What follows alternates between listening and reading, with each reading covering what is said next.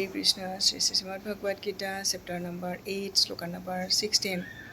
Abrahma bhuvanaloka punaravartino Arjuna mamupeta tu kanteya punarjanma na vidyate. Abrahma bhutanat ब्रह्म लोक तक लोका सारे लोक पुनः फिर अवरतीर्ण लौटने वाले अर्जुन है अर्जुन माम मुझको उपेत्य पाकर तो लेकिन कौन्तेय है कुंती पुत्र पुनर्जन्म ना कभी नहीं विद्यते होता है। अनुवाद। इस जगत में सर्वोच्च लोक से लेकर निम्नतर सारे लोग दुखों के घर हैं।